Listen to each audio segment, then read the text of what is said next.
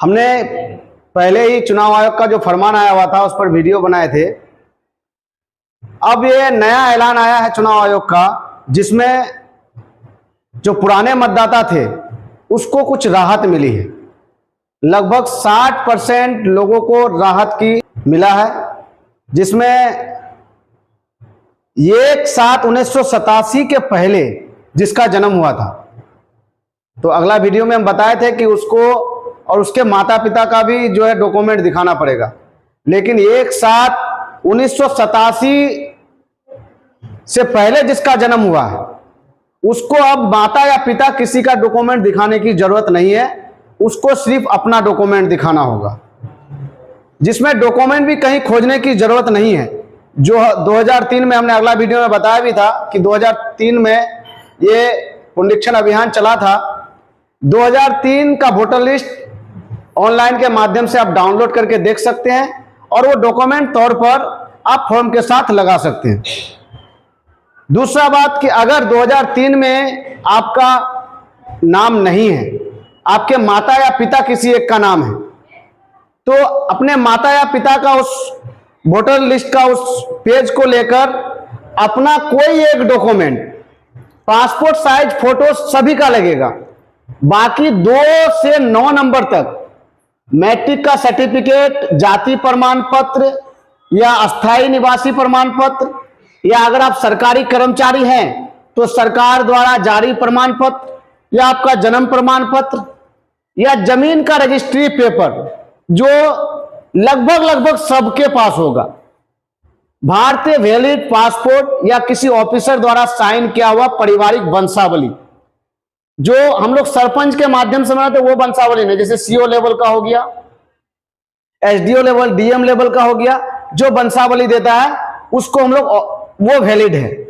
दूसरा, अगर आपका जन्म 1/7/1987 के बाद और 2/12/2004 तक आपका डेट ऑफ बर्थ है, जन्म तिथि है, तो आपको इसी डॉक्यूमेंट से किसी एक डॉक्यूमेंट आपका भी होना चाहिए और आपके मम्मी या पापा यानी माता या पिता में से किसी का एक डॉक्यूमेंट ये होना चाहिए, अगर आपका जन्म 2004 तक हुआ है तब।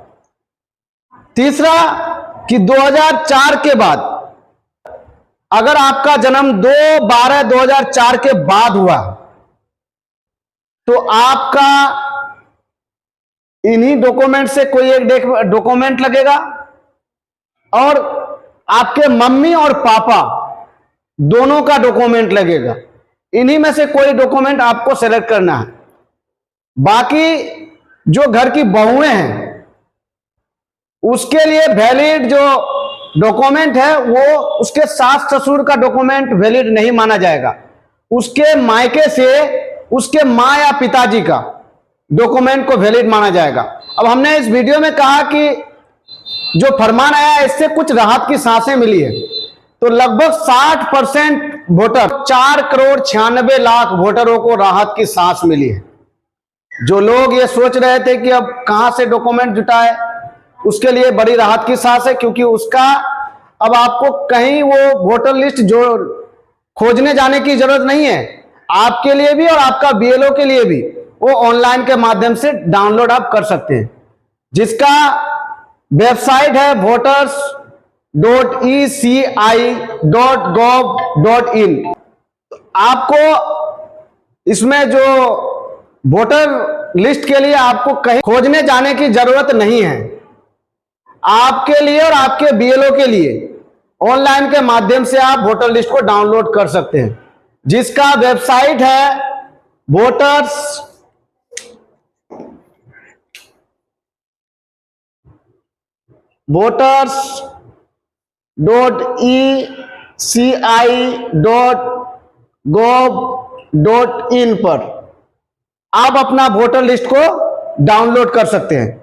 और एक बात मैं ये बताना चाहूंगा सबको कि ये जैसे कोई एनआरसी का नाम देता है या सीए का नाम देता है, मैं उस मकसद से वीडियो को नहीं बना रहा हूं।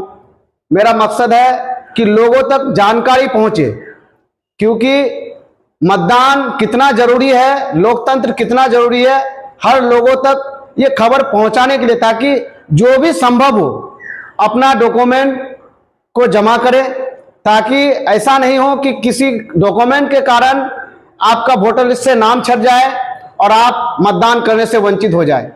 तो मेरा सिर्फ जानकारी देना मकसद है, बाकी इसको राजनीतिक से ना जोड़े। और किसी तरह का भी कोई जानकारी चाहिए तो मुझे कमेंट करें और मेरे फेसबुक पेज को फॉलो करें और यूट्यूब चैनल को सब्सक्राइब करें। धन्यवाद।